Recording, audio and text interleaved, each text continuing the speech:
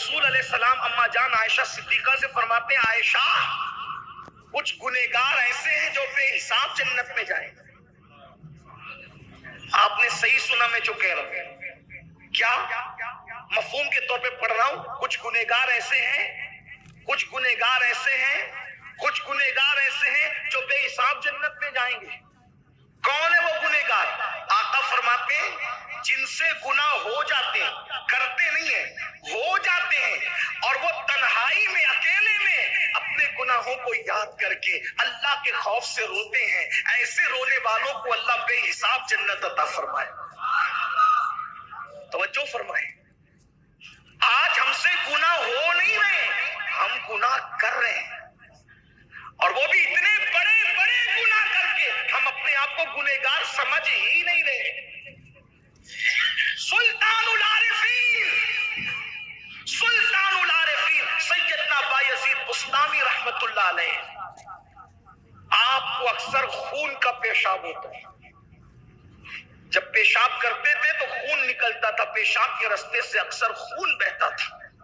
जब मुरीदों को इसकी इत्तला हुई कि मुर्शिद के पेशाब में खून निकलता, कौन? बायजीद, सुल्तानुल आरिफीन बायजीद बुस्तामी, जिनके बारे में सैयदुत ताइफा ताउसुल उलमा सैयदना जुनैद बगदादी रज़ी अल्लाह ताला ने इरशाद फरमाते कि बायजीद बुस्तामी का मकाम वलियों की कायनात में ऐसा ही है जैसे फरिश्तों में अल्लाह ने जिब्रील को मकाम अता किया है, बायजीद को अल्लाह ने वलियों में मकाम अता किया। सरकार गौसे आजम से पहले आप पैदा हुए। ये बायजीद बुस्तामी, सैयदना बायजीद बुस्तामी रज़ी अल्लाह तबारक व तआला। कौन बायजीद? इरशाद फरमाते हैं कि अल्लाह ने जिनको मकाम हुजूरी नसीब फरमाया। एक होता है हाजिरी का मकाम और एक होता है हुजूरी का मकाम। हाजिरी और हुजूरी में फर्क ये है कि हाजिरी वाले आते जाते रहते हैं और हुजूरी वाले हमेशा यार के जलवों में गुम रहते हैं।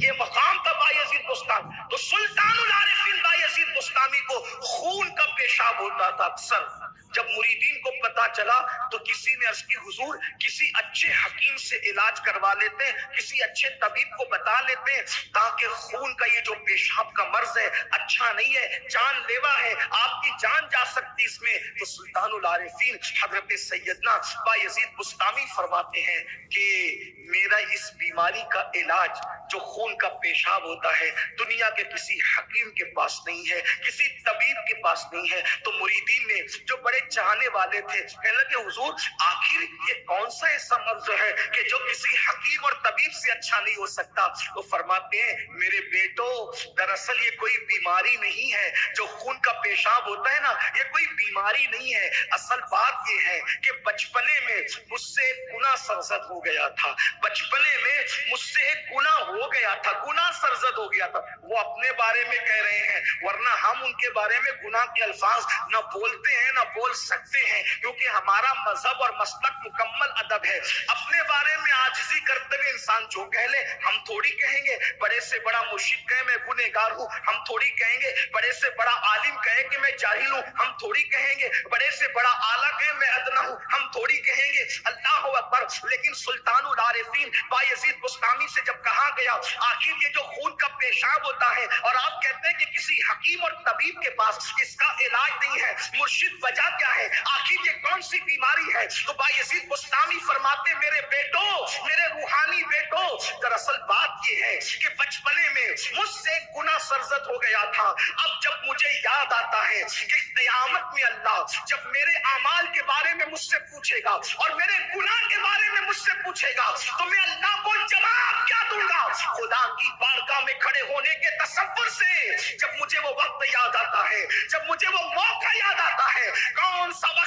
कुरान कहता है यौम यक़ूमुर रूह, कुरान कहता है यौम यक़ूमुर रूह वल मलाइका सफ़्फ़न ला यतकल्लमूना इल्ला मन अज़िन। वो वक्त याद आता है जब जिब्रील अमीन और उनके साथ सारे फरिश्ते अल्लाह के खौफ और हैबत से थर थर कांपते होंगे, किसी को कलाम की जुर्रत नहीं होगी।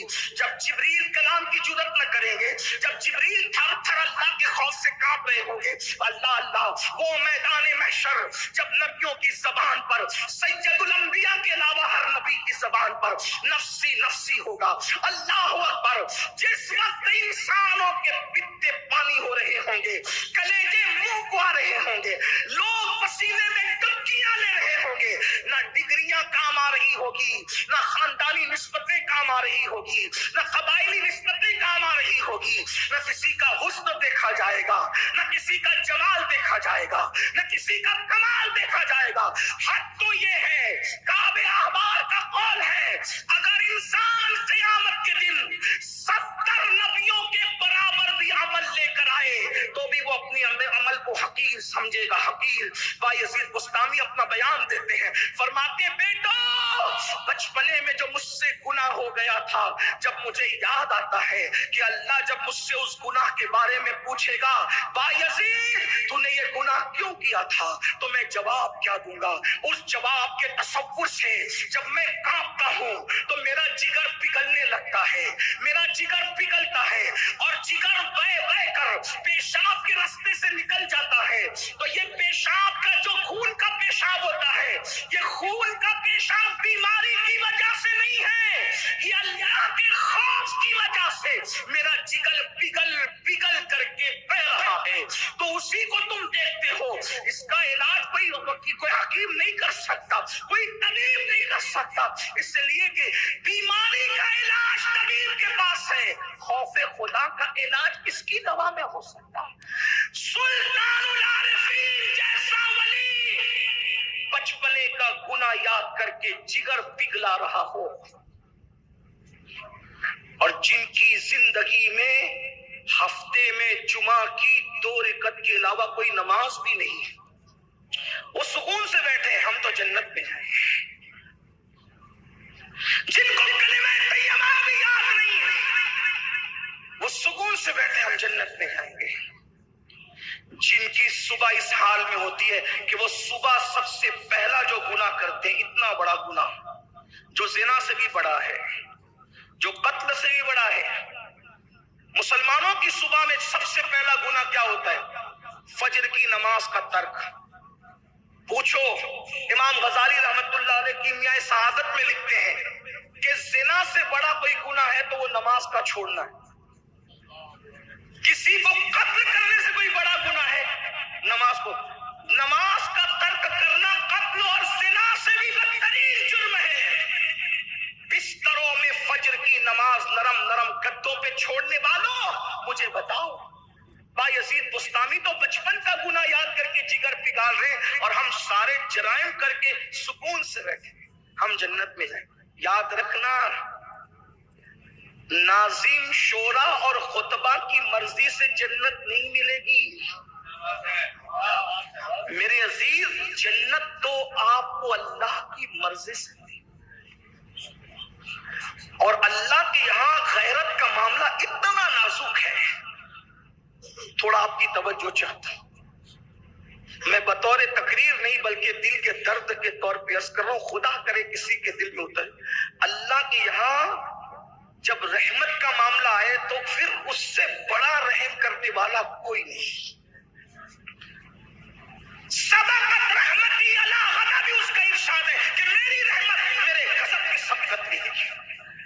जब रहमत का कि उस अतों का नजारा करवाने पर आते हैं तो फिर कुत्ते को भी जन्नत में दाखिल कर देते हैं, है ना। जब रहमत के नजारा कराने की बात आती है तो फिर असहाबे कहफ के कुत्ते को भी जन्नत में दाखिल कर दिया जाता है, और जब इजहार गैरत का मामला आता है तो फिर नबी के बेटे को भी जहन्नम में डाल देते हैं।